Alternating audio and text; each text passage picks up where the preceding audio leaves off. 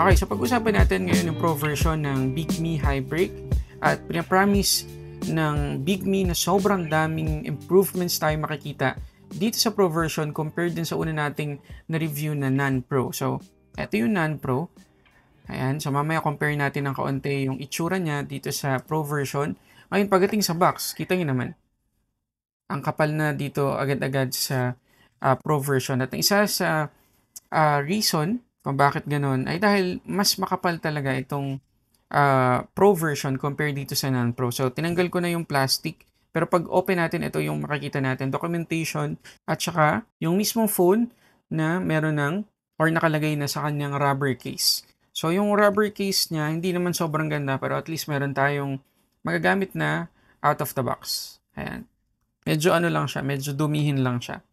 Tapos, ang nadagdag pa dito sa box ay meron na tayong USB-C to USB-A cable pero wala pa rin tayong charger at meron pa rin tayong SIM ejector pin. So, yan yung mga nakita nating improvement sa unboxing experience. Anyway, hindi ko pa pala nasabi yung presyo nitong Pro version. So, mabibili natin to ngayon sa kanilang website for 25,000 pesos.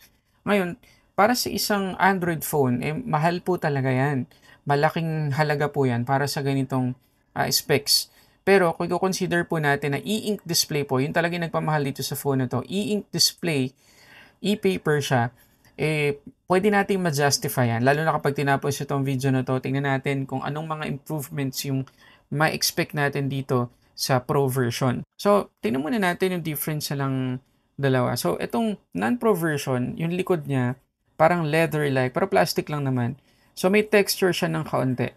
Para sa akin, mas okay to compare dito sa likod ng Pro version. Kasi itong Pro version, hindi pa rin siya kapitin na smudges ng fingerprints. Malinis na malinis pa rin.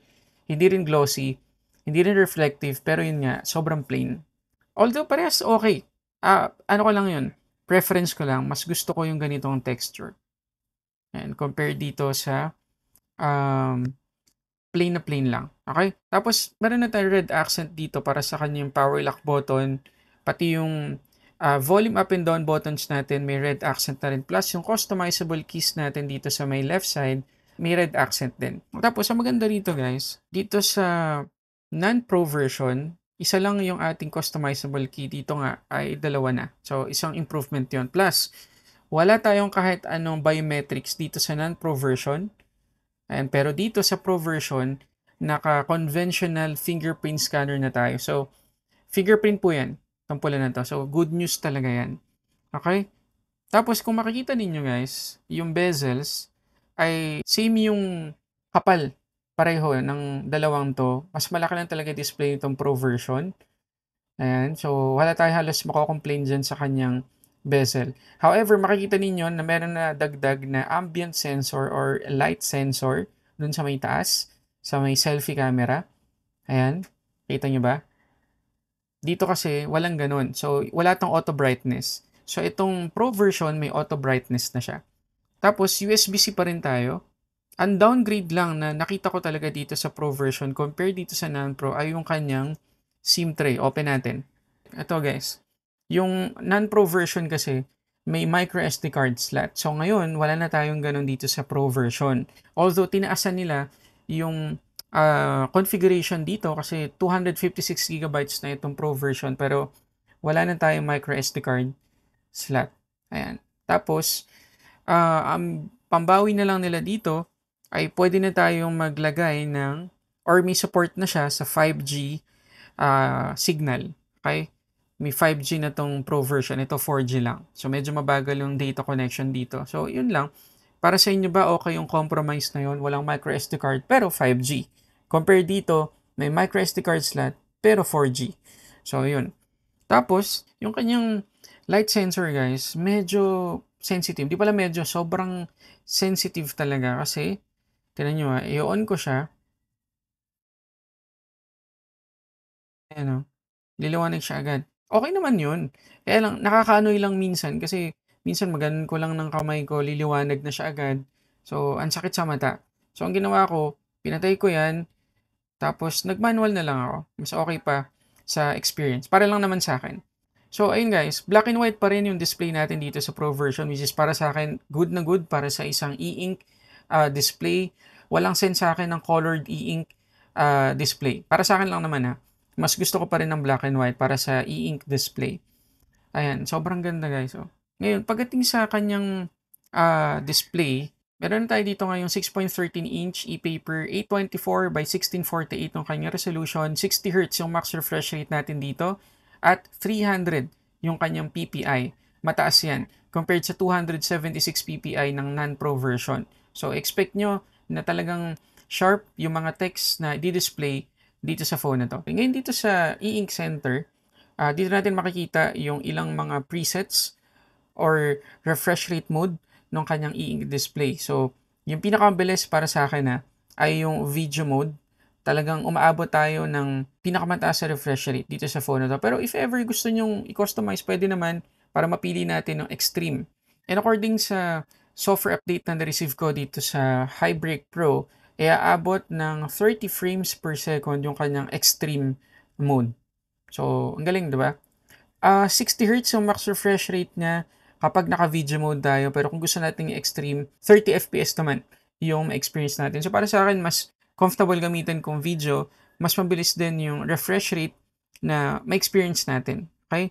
So, medyo misleading lang talaga yung pangalan sa e-ink center ng video tsaka extreme. So, ulitin ko, mas mabilis po yung video mode dito sa e-ink center compared dun sa extreme based sa experience ko. So, pakita ko sa inyo, naka-video mode tayo ngayon. At tingnan nyo naman guys, yung movement ng video dito sa YouTube.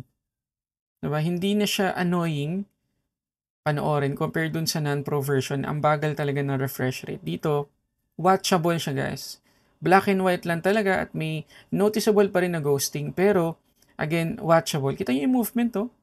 Almost normal na talaga. Galing. So, I think nagtagumpay naman, success naman, sumakses talaga itong Highbreak sa ginawa nilang improvement sa display nitong Pro version. So, thumbs up sa kanila. Kasi para sa akin, parang ito talaga yung pinakamabilis na e-ink display so far sa isang phone sa ngayon. Ngayon, para lang makita nyo guys, yung movement ng kanyang refresh rate dito sa testufo.com, lumalampas tayo ng 40 frames per second kapag naka-video mode tayo. At hindi ko yan naaabot kapag naka-extreme ako. Kapag extreme mode, umabot lang siya ng mga 20 to 30 FPS talaga. So, again, I suggest kung gusto nyong ma-maximize yung refresh rate ng phone na to, go for video mode. At sinabi ko nito dun sa non-pro version review ko ng Highbreak. At malaki yung advantage na pwedeng maibigay sa atin guys ng e-ink display. Number one, at pinaka-importante sa lahat, eye-friendly ang isang e-ink display compared sa LCD tsaka AMOLED. So, wala tong blue light. So kahit na matagal-tagal natin gamitin sa pagbabasa o sa iba pang mga bagay, pang messaging, ganyan, hindi po magkakadiferensya yung mata natin. Okay? Lalo na kung hindi natin gagamitin yung backlight niya. Tapos, sobrang sharp guys. Kita nyo naman, parang papel talaga. So kung gagamitin din natin outdoor itong Highbreak Pro, mag-e-enjoy po talaga tayo kasi makikita po talaga natin yung naka-display compared sa ibang mga phone na hindi e-ink yung display. Ngayon pagdating sa performance, ang laki din at ang daming improvements tayo makikita kasi Android 14 na to out of the box compared sa Android 11 ang non-pro version, Dimensity 1080 yung kanyang chipset, tapos 8GB na LPDDR5 yung kanyang RAM, at 256GB na UFS yung kanyang storage, possibly UFS 3.1 dahil dun sa storage test na ginawa ko. Either way, ang laki ng improvement na yan dahil eMMC lang dun sa non-pro version. Tingnan naman guys yung Antutu score na nakuha natin dito sa Highbreak Pro. 454,532. Medyo maliit talaga yung score na yan. Kung i-compare natin siya sa ibang Android phones ngayon na yung mga normal na Android phones, tapos 25,000 pesos, napakaliit po niyan. Hindi man lang umabot ng 500K. However, kung i-consider ulit natin na e-ink display po ito, at kung i-compare natin siya dun sa non-pro version, ang non-pro version po ng Highbreak ay 146,226 lang ang Antutu score na nakuha. Pero ito, almost 500,000 na. So talaga ang laki ng improvement. And para sa akin, para sa isang e-ink Android phone, mabilis po talaga yung performance itong Highbreak Pro. At marami tayong mga customization na pwedeng magawa dito. Kasama na dyan yung dalawang programmable key dito sa gilid. So, ang gawin lang natin, punta tayo sa settings. Hanapin lang natin yung custom key. At ang dami po natin pwedeng magawa. Pwedeng sa single click, merong mabubuksang app or magagawang action. Pwedeng double click, tsaka long press. So, 6 po na actions yung pwede nating magawa doon sa dalawang buttons sa gilid. Kayo na ang bahala talagang mag-decide kung anong action yung pwede niyang gawin. Compare doon sa non-pro version, isa lang po ang programmable key. So, dito, 2. Ang laki na naman ng improvement na yan. At madami tayong pre-installed apps dito. Meron translator, meron tayong text-to-speech, may OneNote na tayong pre-installed at marami pang iba. I suggest mag-install kayo ng third-party launcher kasi sigurado ako marami sa inyo ang hindi magugustuhan yung launcher nitong Hybrid. At ang maganda pa kung mag-install tayo ng third-party launcher, pwede natin gawing minimalist yung setup ng phone na to. Kasi pag i-ink phone po yung ginagamit natin, ang isa pang advantage, less distraction. Kasi nga, black and white, e-ink display. So, hindi tayo mag-enjoy dito sa media consumption. Tapos, yung mga notifications natin sa iba't ibang mga social media platforms ay talagang hindi natin mapapansin na sa mga darating na panahon na matagal natin ginagamit ng phone na to. Kasi, black and white eh. At mag-enjoy na lang tayo dito sa pagbabasa. At yun ang maganda kapag ang gamit natin ay e-ink phone.